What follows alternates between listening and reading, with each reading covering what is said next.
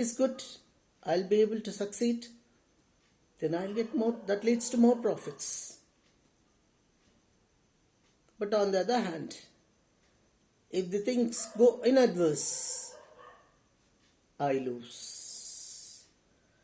So if I invest more, I lose more. So here comes the fact of the subject of optimization. That is, the affordability of loss. So to what extent I have to invest in this business, it will be decided that in case if I lose or incur loss, I'll be able to survive. I will not sink. So, to that extent, where my economic stability remains undisturbed, I can invest. Even in case if I lose, I am not affected much. I'll be able to, not much, naturally, I'll be affected when I lose. But my survival will not have a problem. So, the investment is to be to that extent that even if I incur loss, I shall be able to survive. That is, I don't say it is less investment, more returns. It is the affordability of loss. If I get profits, if everything goes well, it's nice, well and good. But if the things go wrong and I lose, in spite of the loss, I should be able to survive. So, the risk level which is being optimized is the risk analysis. This is a very big subject nowadays because the people want the investments in such an intelligent manner that they don't want to lose much. They want to survive because unless they survive, they cannot invest. So the risk factor is always there. And the calculation of risk is inevitable in human life.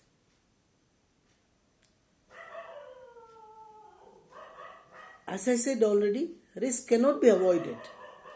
Risk is a part of our life, but the risk can be estimated and we can guess the affordability of risk. In case risk is a must, to what extent we can afford the risk. This is called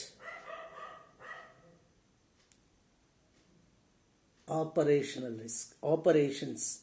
In fact, operation is an activity involving loss. I am speaking in terms of medical terminology. A surgeon performs surgery. Surgery or operation we call generally. And there will be loss of blood. there will be loss of conscience. And knowingly that with the minimum loss of blood, or we want to achieve success with the minimum loss. So this is called a surgery. Ultimately we face this in life also. We always come across such circumstances wherein we have to lose. So when we know that we have to lose, we calculate the risk and optimize it.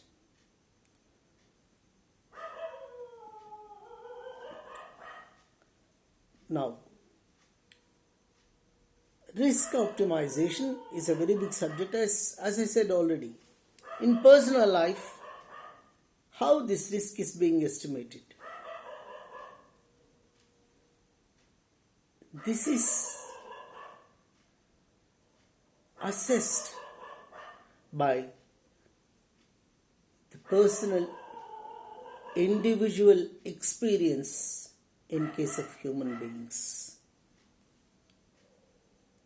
It depends on the perception. Perception is nothing but the emotional experience experienced by an individual. See, the best example of perception is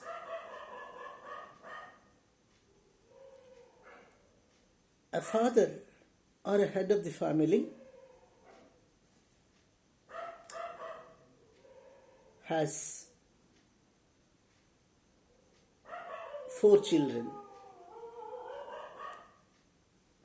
2 male, 2 female. The father is a cruel fellow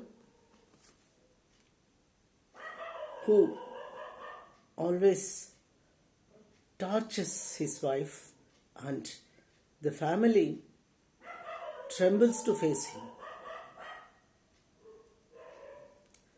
And he has so many vices. He comes back to the home daily. He beats his wife, he tortures her, he abuses the children, and they fear him so much.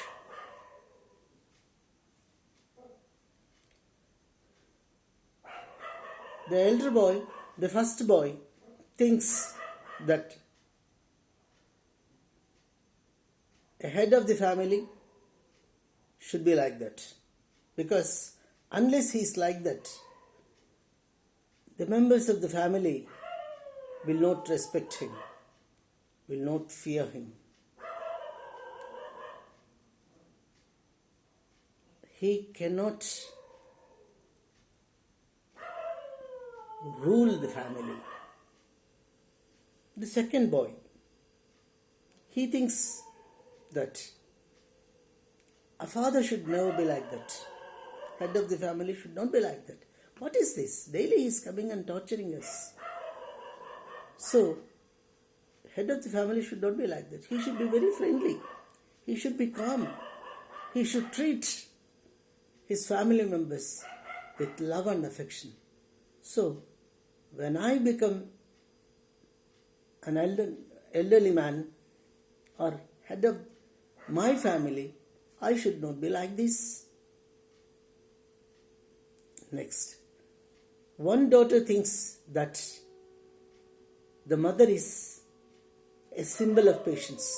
Excellent, her mother's conduct is. Though the husband is very cruel, she is able to tolerate him and maintain the balance, and she is able to take care of the family in spite of all the problems. So, a mother should be like that. So, when I grow, I should be like my mother. One daughter thinks. The other daughter thinks, what is this? He may be husband, but he is not genuine. He is very harsh. He is very cruel. He doesn't treat my mother properly. When I am not properly treated, why should I care for him? So let me revolt. Let me tell very frankly, if this is not going to be the things, it's not possible for us to live together. So I should never be like my mother. When I grow, she thinks. So the same family, 4 children, and 4 people have 4 different perceptions. One son thinks, when I grow, I should be like my father. The other boy thinks, a father should be never like this. When I grow, I'll be very friendly. I'll not be like my father. Similarly, one girl thinks that I should be like my mother when I grow, when I have my children. And the 4th girl thinks, I should not be like my mother when I grow. This is called perception. So, perception is the rule of decision making. Whenever they have to make a decision, it depends on their perception. This is for individuals, even for organizations also. It depends on why the head of the organization should be scrupulous. This is the rule. The king is always right. Even if he is king, he should be able to review his thinking. The king should participate. The king is supposed to know everything. So these are all the perceptions of the king. King means head of the organization. These are the views. Similarly, in case of business organizations also, if the top management is active, participative, innovative, then the risk factor here, in case of organizations, the element of human risk also comes, because nowadays human resources is being retermed as human capital. So risk factor due to presence of human beings is also a subject. So in view of avoiding risk, reducing the risk while making the decisions pertaining to risk involved matters, our experience, education, caution, perception, these are all to be exercised well. Remembering that risk will be always present and it is to be reduced to the maximum extent. When we are able to take care of this risk, automatically we are fearless, because risk is causing fear. So confidently, when we are able to estimate, assess the risk we shall be able to deal with confidently and make proper decision making, which makes our life fearless. And ultimately, when we are fearless, we'll be happy. So, this is another lesson we have to learn, that risk is to be avoided or to be reduced. And this risk is due to superstitions also. Superstition means every man is a strange combination of certain likes and dislikes, beliefs and disbeliefs. They are, of course, some are due to practice, some are ethical, and some are hereditary even. So, superstition means, suppose if I am going out, there comes a cat or a dog. So there will be the elderly people, somebody says, no, a cat has come. You sit, you wait a little and then go. All such things which may seem to be silly, but they will be inherently present, causing fear that we may face, or we may be failure if we violate these things. This is superstition and hallucination. Hallucination is the biggest problem that the mankind is facing today. Hallucination is an imaginary situation that we act and react. So nothing has happened. I am going to talk to somebody.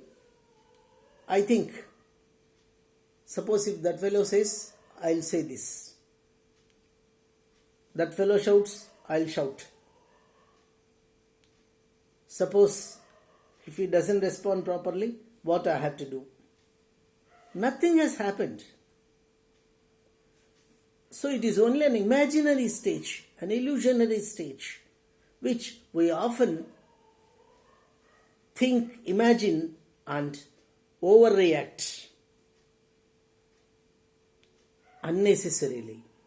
This is the cause of every human being today. Because we think too much without involving or actually happening.